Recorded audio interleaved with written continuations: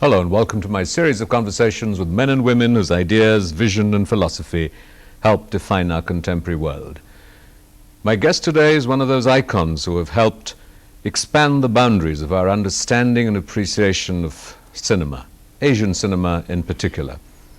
She's an erudite, very well-known film scholar, film historian, but most recently in the news as the director of the Ocean Asian Film Festival, which really started off as an initiative of my guest today as the Cinéma Film Festival. She's been editor of the magazine Cinéma, and I'm delighted to welcome Aruna Vasudev. Your sort of infectious energy and enthusiasm for cinema has had such an impact on the sort of the film society movement, the appreciation of cinema in India, and most certainly your work with Cinéma, the magazine that you've run for several years that is focused on Asian cinema, and the film festival has played such a critical role. Give us a sense on why this interest and focus on Asian cinema. Is there an Asian identity, an Asian element in cinema that distinguishes it, and if so, what is it? You've raised so many questions, Rajiv. Where do I start? Well, tell us about this Asian element in cinema. There is an Asian element, which is now getting eradicated with this globalization that's coming in. But there definitely is, still remains some of it, like you see in Indian cinema also. But you see it in the cinema of Thailand, Indonesia, China, Iran. We go all the way from Japan to Turkey.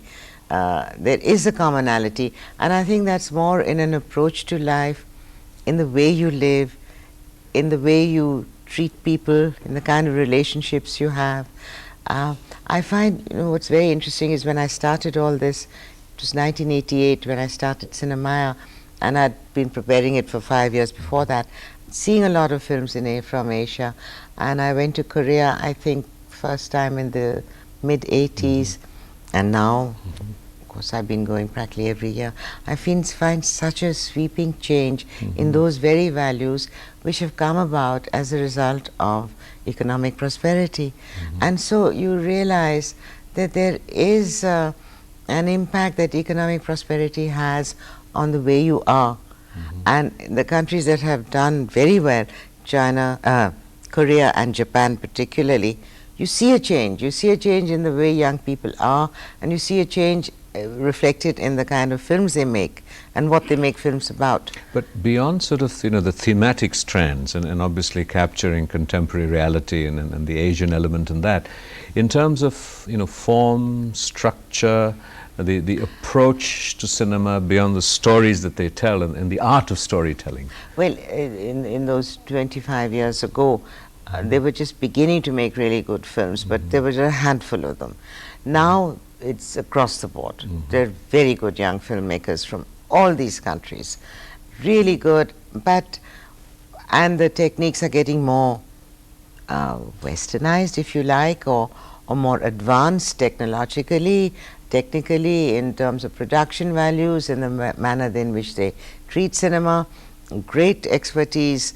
Technically they are very good, like we are also. I think in India as well it's changed a lot. But I think you can't really divorce technique totally from content and theme. And you do see a change coming about, which I think is where you can't say I deplore, you can't. Do you feel nostalgic about it? I feel very nostalgic about it. It was a simpler way of being. So we're counting down to the Ocean Film Festival this year, and you're going to get more than 100 filmmakers, films from across the world, and a very distinguished jury. I think one of the unique qualities of this festival is that it's perhaps one of the few private initiatives in film festivals. I mean, certainly in India, everything else is managed and controlled by the state. What prompted you into engaging in something this large and complex and expensive on your own, I mean, something that had been the preserve of governments. And in recent years, of course, you know, you've had the support of a more commercial organization, but the time you started, it was just personal passion. It really was. And I think if you don't have that passion, you're never going to achieve anything. And what happened is that we'd been bringing out this magazine for 11 years, and people said, you write about films we never get to see, so what's the point of reading your magazine? And I thought, well, that's true. We'd been showing weeks of a cinema week from different countries. Then that was not satisfying enough. So we decided, let's start with a week of Asian cinema and do a collection from different countries. And so I went to our Chief Minister, Ms. Sheila Dikshit. She was immediately supportive. She said, what a lovely idea. Yes, I will help you. So with a minuscule amount and the help of India Habitat Center, which gave us their auditorium free, we had a week of Asian cinema. This was in 1999. And at that time I said, we won't call it an Asia Film Week, we'll call it the first Festival of Asian Cinema, because I was determined that it would grow and it would happen. We did that for 3 years. The third year, we introduced a competition for Asian cinema. We got some corporate sponsorship. But by the fourth year, I realized we couldn't do it on our own. And then I met Neville Tully, and we were discussing it. And he said, why don't you join me? We can build something really extraordinary. You've done so much on your own, but it's very difficult. So let's do it together.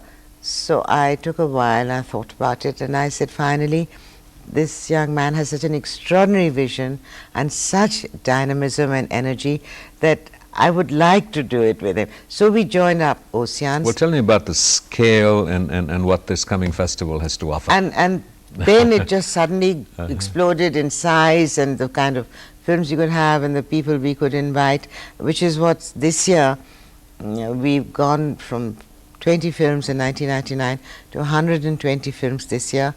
But even more than the number of films, which I don't think is that important, about 100 is okay. We invited a lot of people from all over the world to come here, interact with our filmmakers, to talk about how we can together build an infrastructure for filmmaking, to help the filmmakers, and also because the magazine, Cinéma, is still there. I thought, why don't we look at what the media's role in all this is, which means the print media and the electronic media. Let's see how the media is covering the cinema, how it can be done in a more constructive way. What is all of us involved in this? What is our role in it? Let's have an open discussion on this issue. So our media conference this time is going to be quite a large event as part of the festival. Well, you know, we can't sort of run a teaser or a trailer. Tell us sort of what are the things to look out for, the high points, the big names, the people that we should be looking out for.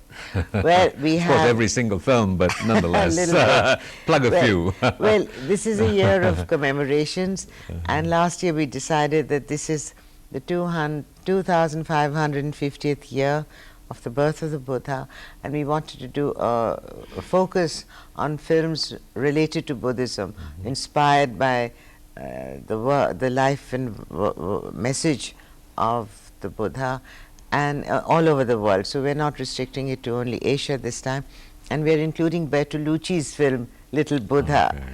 Okay. He said he would like to come, but he says, I can't really travel now.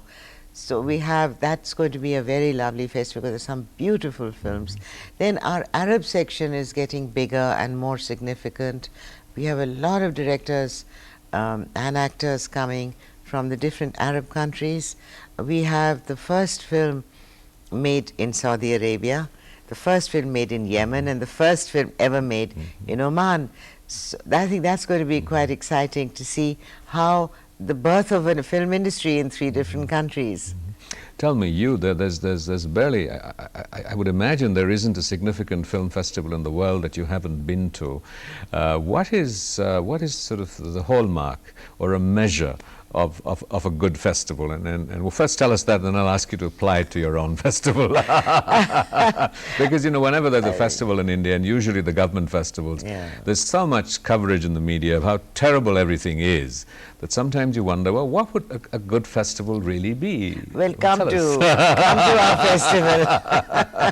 But tell us, give us the yardsticks we should measure it by. I hope I'm not speaking too soon. But we really do try to make it comfortable for the visitors, for the delegates, the people we invite, as well as for the audience. We spend a lot of effort on making things work smoothly. Sometimes it doesn't always work that way, but we really do try and plan everything in advance and make provisions for things falling apart also. A lot of effort goes into that. Then we, what else? You know, apart from sort of the logistics of setting it up, what is sort of in terms, and the viewing experience and comfortable chairs, and there shouldn't be crowds and things should start on time and things like that.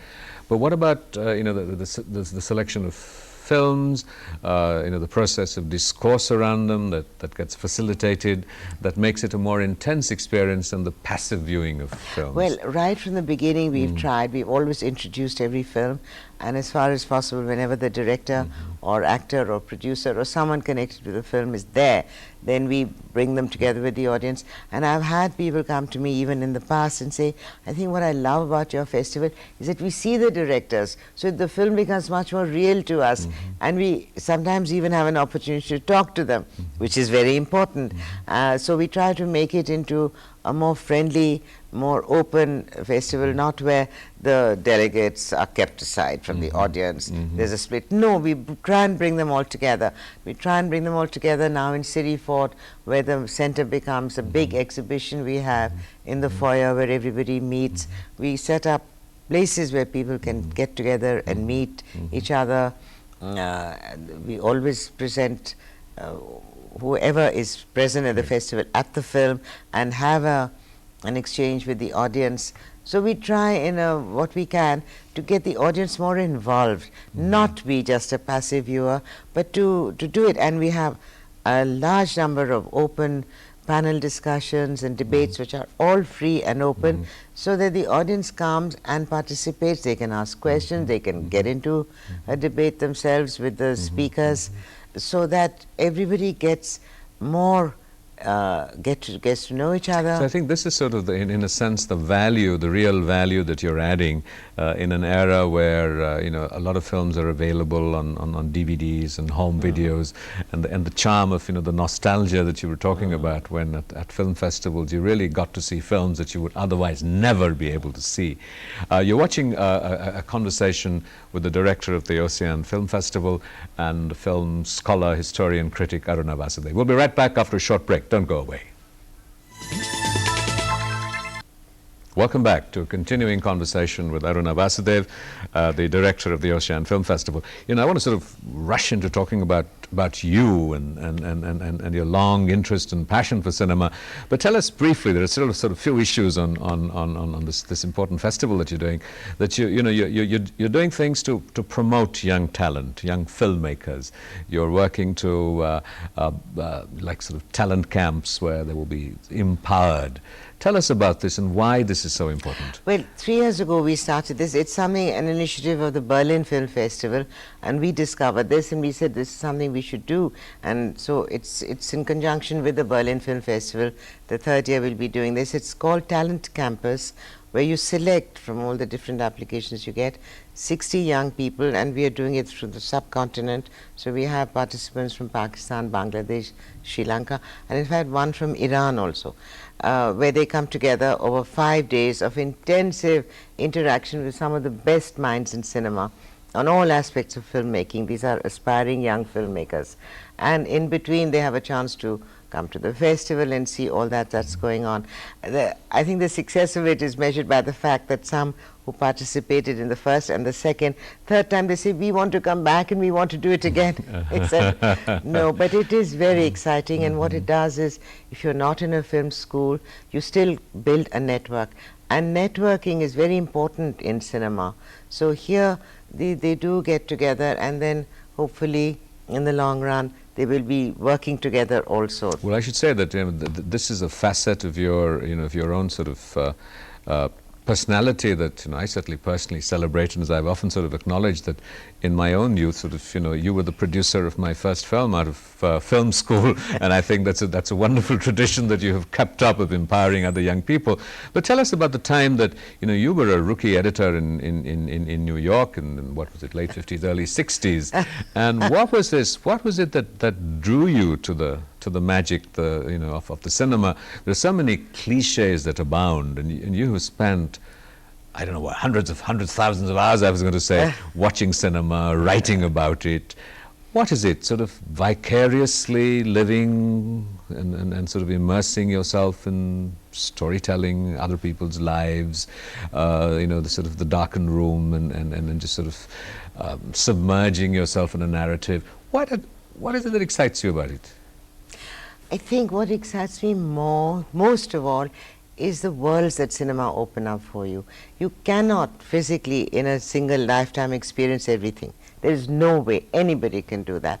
But when you are in a cinema, you can, because you see it through other people's lives, emotions, feelings, predicaments, situations. You discover countries, you discover places you don't have a hope of ever getting to, because you just cannot go travel all the time.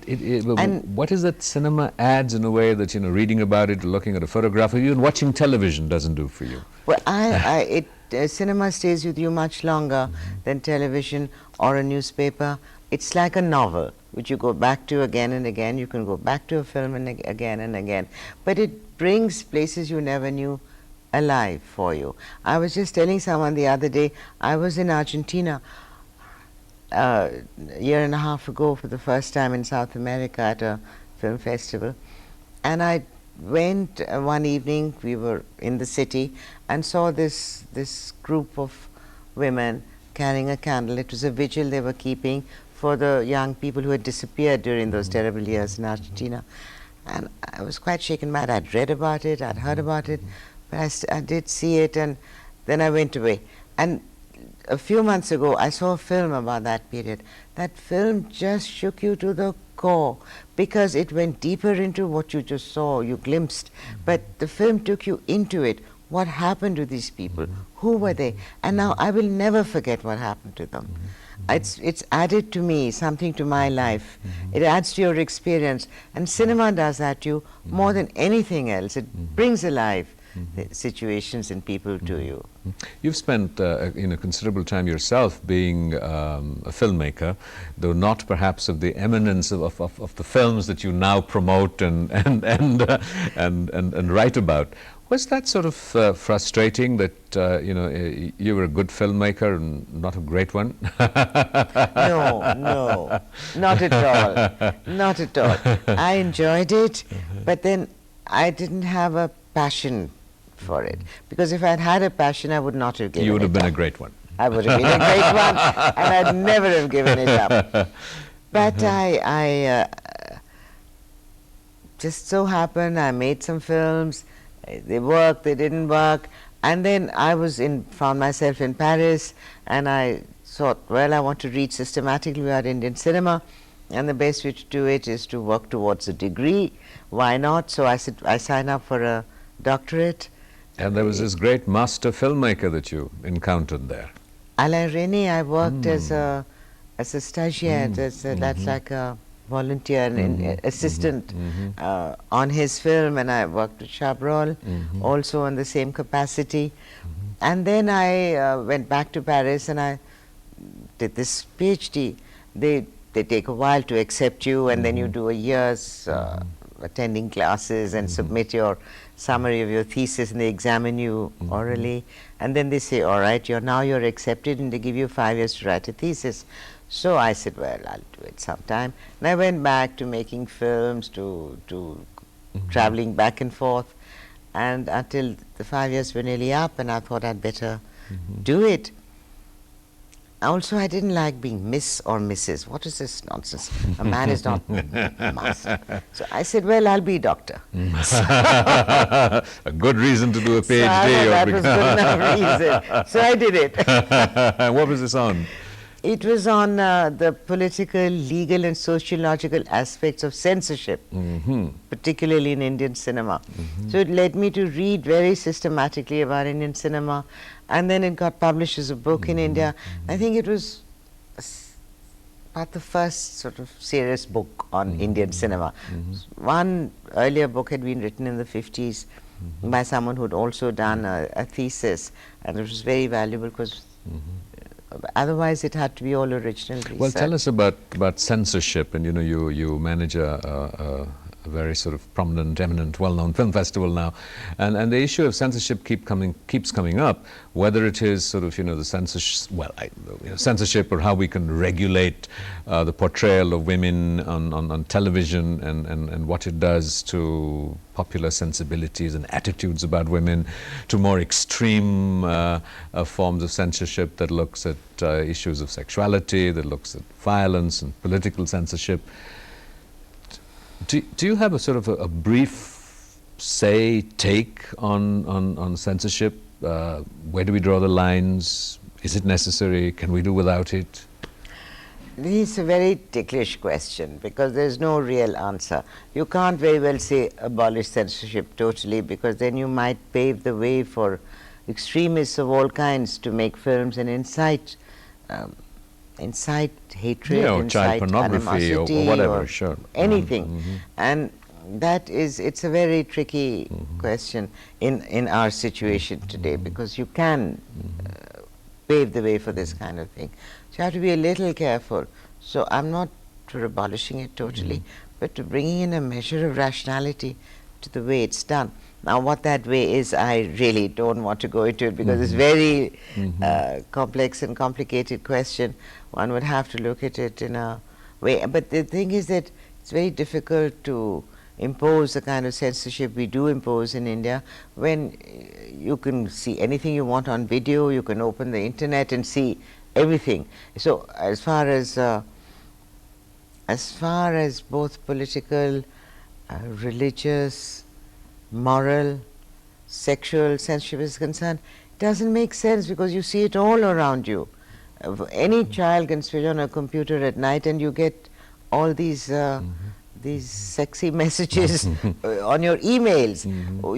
How do you get around it? So when that is happening all around you, you have to take a much more enlightened view of how you can regulate things to some extent.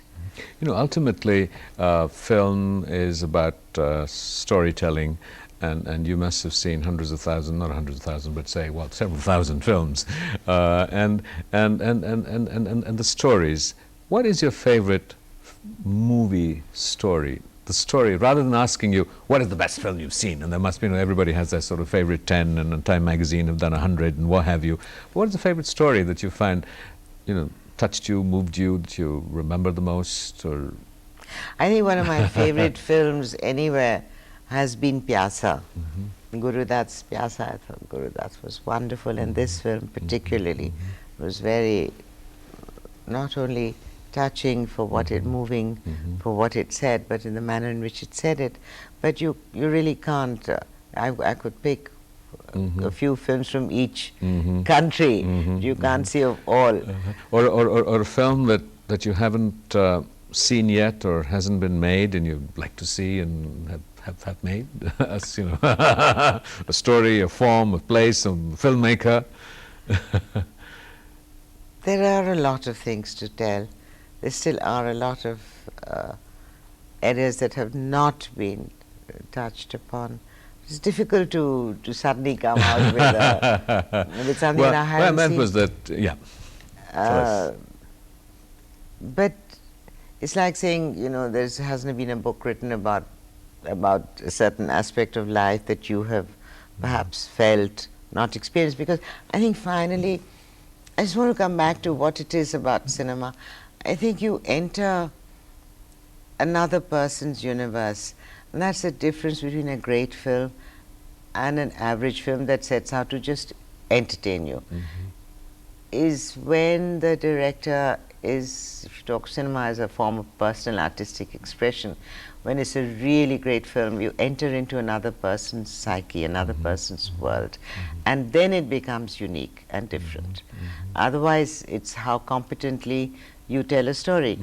But if you make it something more personal, then it reaches out and touches you in an For special Aruna sort of way. Vasudev, the person who told me before this recording is exhausted with organizing film festivals and has spent a lifetime promoting cinema.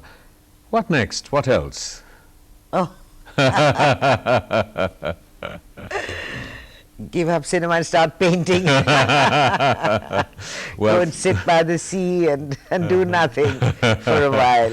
Well, thank you very much, Aruna. This has been a great pleasure. And the very best of, shall I say, good luck, but I think the Americans would say break a leg for the festival coming up. And we wait for it with great excitement. Thank you very much for taking time off, just sort of at the countdown to the event. Thank you. Thank you.